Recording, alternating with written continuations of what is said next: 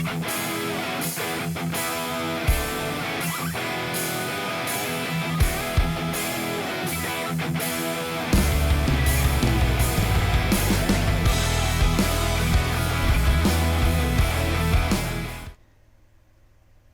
to the channel, everyone.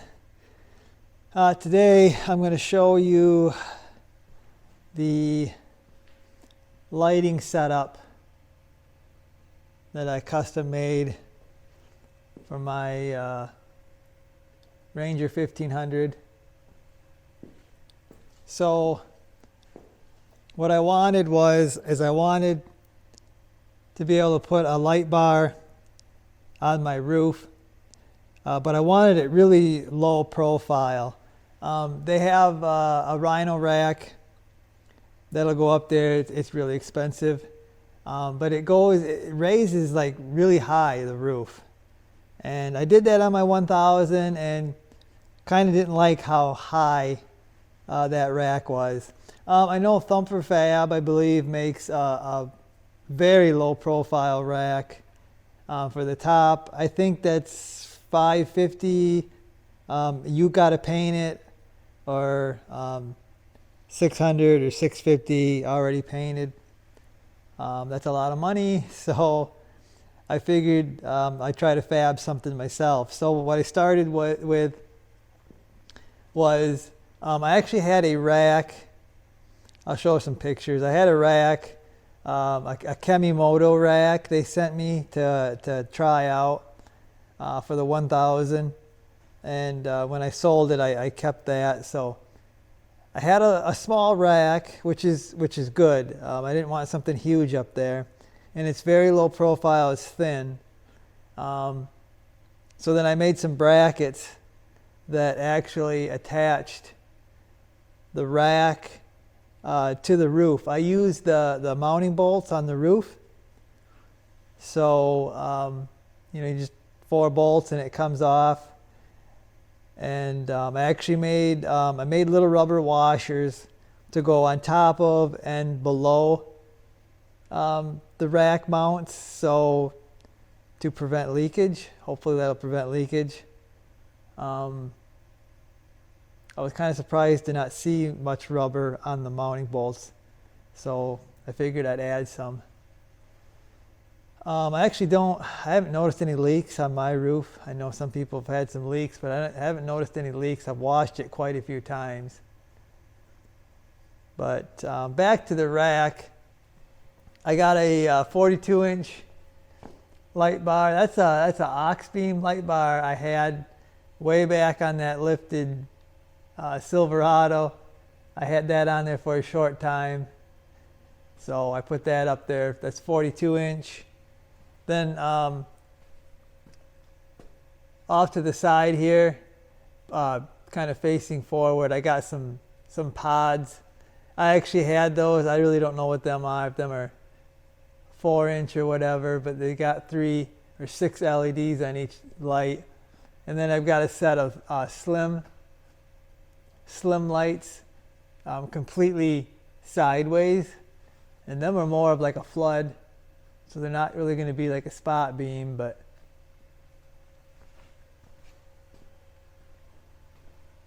so the rack kind of evolved as I built it. I really was just trying to get a 42-inch light bar up there, and then once I had it built, there was some room over here, and I had some pods, so I stuck them up there, and everything kind of worked out. I painted the bracket with some bed liner,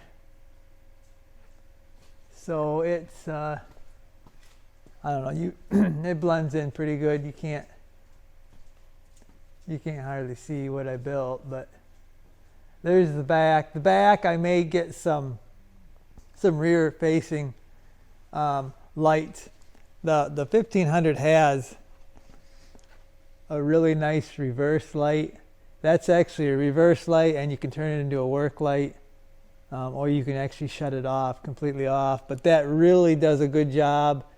It's a really good flood light, and I may add 2 more lights facing back that are spot that are really going to throw some light behind me.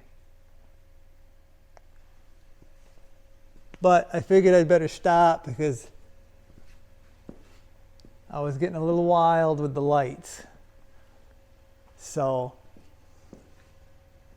yeah, I think it turned out really good. So very, very low profile. The rack isn't that far from the roof. I can't get it any lower. So I could run like a single row 42 inch and it would probably make it even slimmer. But yeah, this is it's exactly what I wanted, really. It turned out really good. I like that the light is recessed. It's not like right up here, because this is a tip-up windshield, and also if you get your light too far forward, it'll glare on your window. So keeping it back a little bit is going to be your best bet. So that's kind of the rack build. I didn't do a video of building it. I was going to show you what I did. So that's kind of the build. Now I'm going to go to the wiring of this thing. And I actually picked up a factory Polaris harness. Okay, so this is the harness I used. It's an actual Polaris harness for a Razor XP1000. So they do have a harness, a light harness for the 1500s, and it's got a matching switch for all the other switches you have, and I believe it's all plug and play for like a light bar on the roof. And it's like $150 for that harness. I needed 3 harnesses, so I wasn't going to spend $150 on 3 harnesses. So I picked up 3 of these, and the biggest reason I did was because the switches are very similar shaped to the switches that are here. I'll show you I got it out right now because I'm wiring it up. So you can see it's got a very similar shape. So I didn't want to run like the Ranger 1000 switches because they're way different looking, and I wanted something that was kind of similar. And this light right here turns on with the machine, so you can see it. It's not like a blacked out switch. You'll be able to see it in the dark. So not only do you get a really nice Polaris switch, you get a harness here. You get a really nice harness. I mean, it's a Polaris harness. You got a relay and a fuse. Yeah, there's actually 2 fuses in there. It's got a spare fuse. And it doesn't come with this end. I added this end, and I got my weatherproof connectors there. This is a bus bar connector, so I'm going to plug it right into the bus bar in the roof there. And I did that with all 3 switches. And this actually comes with little ring terminals for the Razor, but it's really easy, guys. It's the red is the power, brown is the ground, and the orange, smaller orange, is the accessory wire, which when you turn the switch on, that's what kind of lights up the switch. So it's pretty easy. This will plug into the switch. You got little butt connectors. Now they got these on there because they actually ran this harness through the roll bar of the Razor. I don't need to do that, so it doesn't really matter. I just plug these in the roof, and then it's got a nice connector on this end that's going to go to my lights. And this is just a standard, what do they call them, DT connectors or something like that. You can get them anywhere. I've got a bunch of them. I got all my lights already converted to these plugs. So yeah, yeah, and I actually got some cloth tape that I'm gonna, once I shut the video off, I'm gonna wrap this up, and you'll never even know that this isn't you know, a complete Polaris harness. So yeah, that's what I got for the harness. I'm gonna finish this harness up. I'm gonna run it. I'm gonna finish running it in my Ranger, and then I'm gonna show you kind of the wiring that I got going on in the Ranger there. Okay, so I got everything wired up. I'll start up here on the roof. I guess here's a shot of it bolted on the roof. And there's quite a few wires up here because there's quite a few lights. So hard to make this look real clean. But here, I've got this separated so I can turn on these two lights on this side, and then I can turn on those two lights on that side separately. So I can, if I want to shut one side off, I can turn them both on if I want, and then I can turn on the big light bar. So I have 3 switches that I can do stuff. Actually, if I make, because these all have the same plugins, I can actually make a harness, and I could turn just these two on, these 2 pods on, and I could turn on these 2 side lights as one switch. Really, I can do whatever I want, but I kind of like being able to control each side. So that's what I did. And how I got these cables through the roof, I believe they call these gland connectors or something like that. I'll see if I can find them, and I'll link these. But anyway, this is what they are, and they're supposed to like bolt on, right? There's a nut here.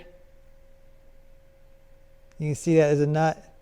They're supposed to bolt on to like, I guess maybe sheet metal. My roof was so thick that I couldn't get the nut to start or whatever and stay on there. So what I actually did is I drilled and tapped the roof. This is 3/8 NPT. It's a 3/8 NPT fitting, or that's what the threads are. So I drilled, tapped it. I put RTV on the threads, and I screwed this into the roof. So there's 2 on this side. Hopefully you can see that. There's 2 on this side, 1 on the other side. So I think I was going to get longer ones so I could actually bolt them on, but I think this worked out actually really good. I think these are going to be watertight. And then you run your cable through here, and then you tighten this top bolt, this round top bolt, and it squishes the rubber piece in there. You can see it's completely squished, and it holds it and it squishes it, and it's supposed to be waterproof. I may throw some RTV on there too, just to be safe. But I thought that was a pretty neat kind of a way to do a waterproof, run wires through and be waterproof. Anyway, I'll let you know how it works out if it don't work out. But from what I can see, it's sealed. So now I guess we'll go into the cab here. Hopefully that heater isn't messing up my audio. So here's the inside. I know it does look a little messy now. It's not really messy. Everything is clean and organized. It's just there's so many wires there now. I actually went to the bus bar. Those 3 on the end I added. Those relay and fuse boxes, actually there's some holes up there. I got them all right there. There's all 3 of them right there. There was some holes there that the little clip on that thing pushed right into. So they're all grouped right there. And actually, I think if this harness wasn't hanging down, it wouldn't look so messy. But there's no way for me to like hook it to anything right there because there's like nothing there, and I didn't have a long enough harness to be able to kind of go around. I had to kind of shoot straight over to the center here where all the switches are going to be on that center console on the roof. They should all fit. They're all there. I've tested the lights. Everything works. So yeah, I would say a pretty clean install. I know you're looking at that mess of wires and thinking it's not very clean, but like I said, there's so many lights going on. 3 switches, 3 separate deals. That's a lot to add. If Polaris had them from the factory, it would look the same. So yeah, actually the headliner is actually ready to go back in. So I may do that. Okay, so it's all complete. Got the headliner back in. I know it's dark in here, but you don't need to see the headliner.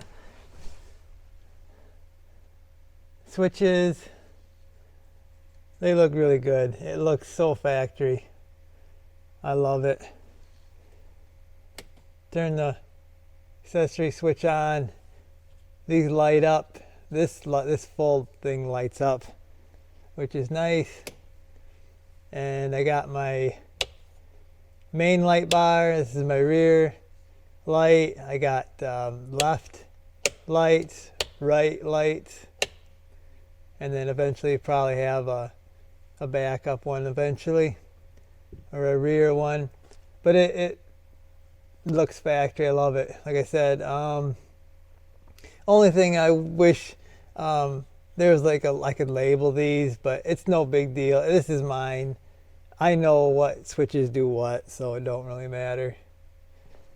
Okay, so I'll do a quick little demo of the lights. Main light bar. We got left side lights, right side lights. You're probably not seeing the right side lights, but oh yeah, I just noticed that